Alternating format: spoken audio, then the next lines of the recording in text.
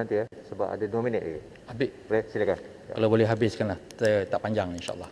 Ya. Terima kasih Tan Sri Speaker, Tan Sri Betul untuk mengizinkan saya berbahas menjunjung kasih ke bawah Seri Paduka Baginda Tuan Agong semasa merasmikan penggal kelima Parlimen ke-14 pada 28 Februari yang lalu. Saya ingin menyentuh beberapa perkara. Pertamanya, kegembiraan tuanku mengenai kestabilan politik yang ada di Malaysia, termasuk juga yang ada di dalam Dewan Rakyat kita ini, harus dipuji.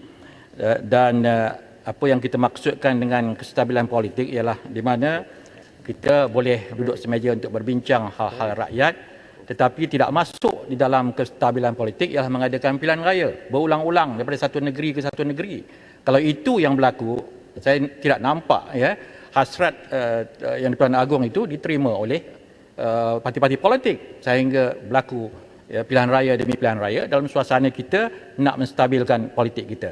Dan ada yang menuntut supaya pilihan raya parlimen pun diadakan segera. Kalau inilah yang dapat kita fahamkan tentang kestabilan politik, saya khawatir apa yang dihasratkan oleh Tuanku dan Tuan Agong tidak akan tercapai dan kita akan terus berbalah. Tan Sri, saya ingin menyentuh beberapa perkara mengenai Kementerian Pertahanan di sini. Saya banyak menerima saranan dan rungutan daripada veteran-veteran Angkatan Tentera kita yang memohon sesangat supaya ditinjau semula dan diselaraskan pencen-pencen tentera ini, veteran ini dengan perkhidmatan-perkhidmatan lain dalam kerajaan. Kita pun dengar hakim-hakim senior pun telah mengemukakan tuntutan supaya pencen mereka dilihat semula. Apalah kiranya supaya tuntutan veteran ini saya rasa layak dipertimbangkan, kerana kalau pencen berdasarkan gaji-gaji semasa mereka tamat perkhidmatan, memang mereka ini akan sentiasa tergolong di dalam golongan yang berpendapatan kecil, dan ini tidak akan memberikan semangat yang kukuh kepada veteran-veteran kita yang telah memainkan peranannya. Salah satu lagi cara penghargaan yang diberikan oleh kerajaan selama ini ialah dengan menggunakan pingat jasa Malaysia, yang ini masih dimaklumkan masih berjalan. Pada suatu ketika diberikan imbuhan one-off kepada penerima-penerima pingat ini, tetapi sekarang sudah tidak lagi diberikan. Saya memohon juga supaya dipertimbangkan untuk pemberian one-off kepada penerima PJM ini pada masa yang akan datang. Saya menerima maklumat bahawa veteran-veteran ini telah menubuhkan jawatankuasa ataupun task force mereka untuk melihat semula tuntutan-tuntutan ini untuk dikemukakan pada pihak kerajaan, dan saya harap pihak kerajaan berlapang dada untuk berbincang dengan veteran ini sebaik mungkin. Seterusnya saya ingin bertanyakan kepada kementerian mengenai keadaan pembinaan LCS Littoral Combat Ship yang dilaksanakan di Bostad Shipyard di Lumut, kawasan saya. Apakah yang telah diputuskan oleh kabinet, oleh kerajaan mengenai langkah-langkah pemulihan projek ini, kerana kita dimaklumkan bahawa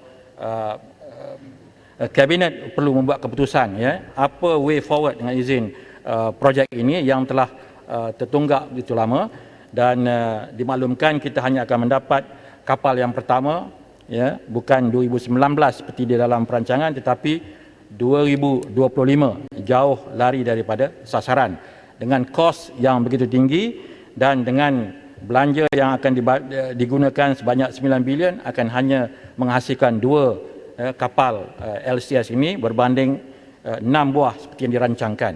Jadi ini pada saya lah satu malapetaka bagi sistem pertahanan kita. Pertamanya, kita lambat mendapat perolehan kapal untuk melindungi perairan kita. Yang keduanya, kos yang terlibat dan jumlah kapal yang akan dikomisionkan pun berkurangan.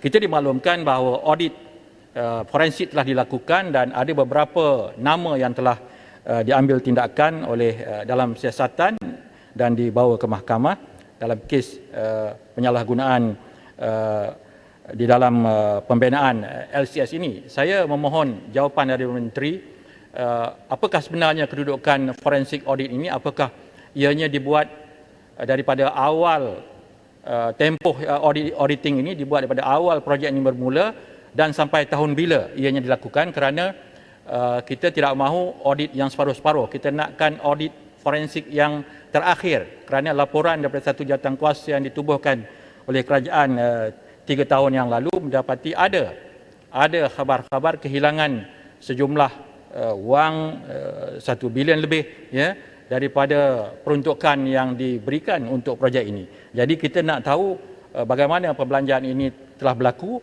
bukan sekadar orang-orang tertentu, siapa orang-orang tertentu, tapi adakah cara, ya, proses penggunaan wang ini melalui penubuhan anak-anak syarikat, ya, yang menjadi perantara kepada shipyard ini untuk membeli barangan-barangan kontrak dan sebagainya. Jadi ini mesti disiasat sampai ke tempoh hari ini supaya kita dapat jelas, ya, di mana masalah yang telah berlaku sehingga kita terlewat menerima kapal perang ini yang sangat penting bagi kekuatan tentera kita, khususnya TLDM. Dan kami dimaklumkan bahawa projek ini sudah memesan barangan-barangan untuk 6 kapal ini ada di shipyard tersebut.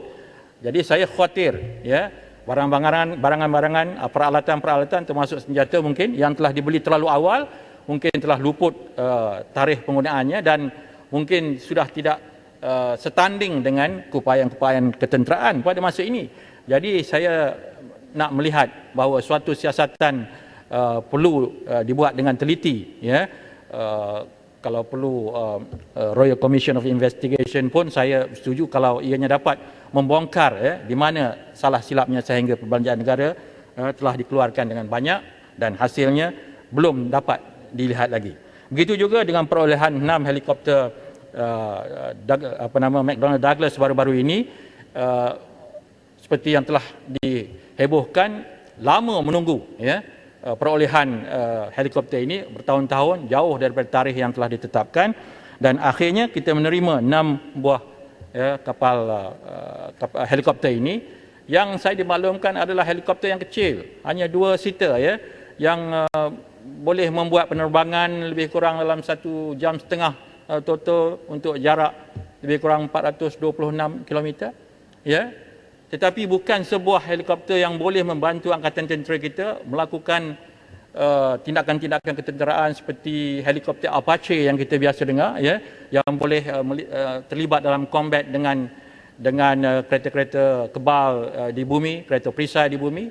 Tetapi yang kita perolehi 6 buah ini dengan harga 320 juta ringgit ini hanyalah helikopter kecil yang saya rasa sesuai untuk digunakan oleh pihak polis udara untuk melihat perjalanan trafik di kota raya misalnya.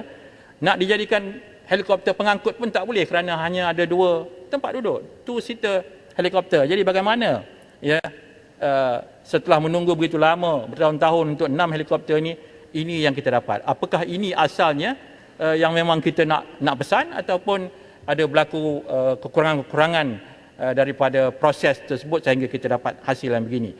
Kita juga nak tahu sebenarnya siapa yang menjadi perantara orang tengah di dalam dealing-dealing untuk memperolehi helikopter ini, kerana kita khawatir dan saya dimaklumkan ada juga unsur-unsur campur tangan orang politik, ya, ketua-ketua bahagian ke atau pemimpin tempatan yang menjadi orang tengah di dalam perolehan ini. Kalau ini berlaku, sudah pasti, ya, apa yang kita akan perolehi adalah kurang daripada apa yang our money is worth, ya, dengan izin. Jadi ini saya rasa perlu dilakukan siasatan yang teliti. Kalau tidak, ya, kita punya Angkatan Tentera, ya, tidak akan dapat berhadapan dengan suasana perubahan ini di dalam persekitaran kita, bukan hanya persekitaran lautan kita yang sentiasa dimasuki oleh tentera-tentera asing, tetapi juga suasana keselamatan di daratan kita yang perlu kita jaga. Jadi Datuk Tan Sri Yang Tua, saya rasa itulah saja yang saya bahas untuk menyokong usul. Terima kasih pada Tuanku. Terima kasih. Terima kasih Yang Berhormat Lumut. Sebelum saya berhentikan persidangan ini pada